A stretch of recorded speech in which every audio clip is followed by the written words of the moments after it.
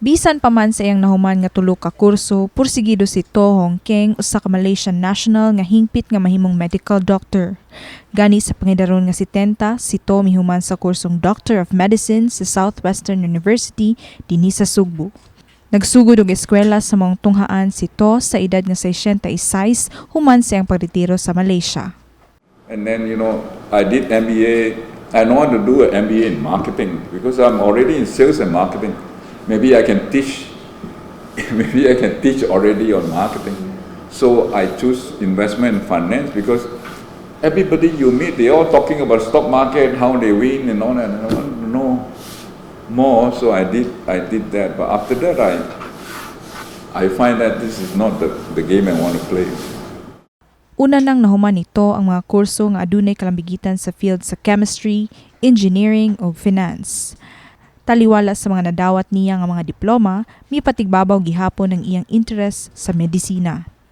Ug tungod sa iya nang napahuman ang iyang tulo ka mga anak, nahunahunaan niya nga panahon na nga mobalik sa pag-eskwela. Apan dili sayon para nito ang pagpangita og eskwelahan tungod kay kasagaran adunay limitasyon sa edad. And that's how I ended up here. But why Cebu in particular? Cebu actually is not as busy as Manila, not as crowded as Manila. So I think it suited me more because at my age, I want a slower place than a fast place like Manila. Dugang nito nga determinasyon ang gikinahanglan aron molampos gyud sa maong kurso nga iyang gihulagway nga di lalim. Sa pakiginabi sa MyTV Cebu team ngadto sa dean sa iyang departamento nga si Marvy Dulnuan Niyog, mapasigrabuhon kining misaysay sa pagsulod nito sa ilang tunghaan. Well, Southwestern University kasi we are not selective. I'm sure you know that already. That for as long as a student qualifies with our basic admission requirements, then they are qualified. We don't also have any cap with regards to age. Now, in the case of Mr. To, we know, everybody knows that he's already somebody who has achieved a lot in his career. He's been educated abroad.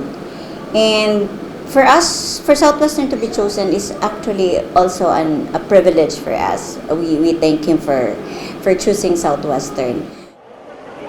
Tungod sa maong kalampusan, wala damhan nito nga mahimo siyang inspirasyon alang sa kadaghanan.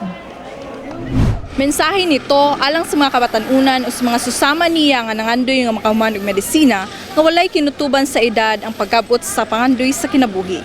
Kini si Kate Theresse Hamili, HNU Comm Intern alang sa MyTV Cebu.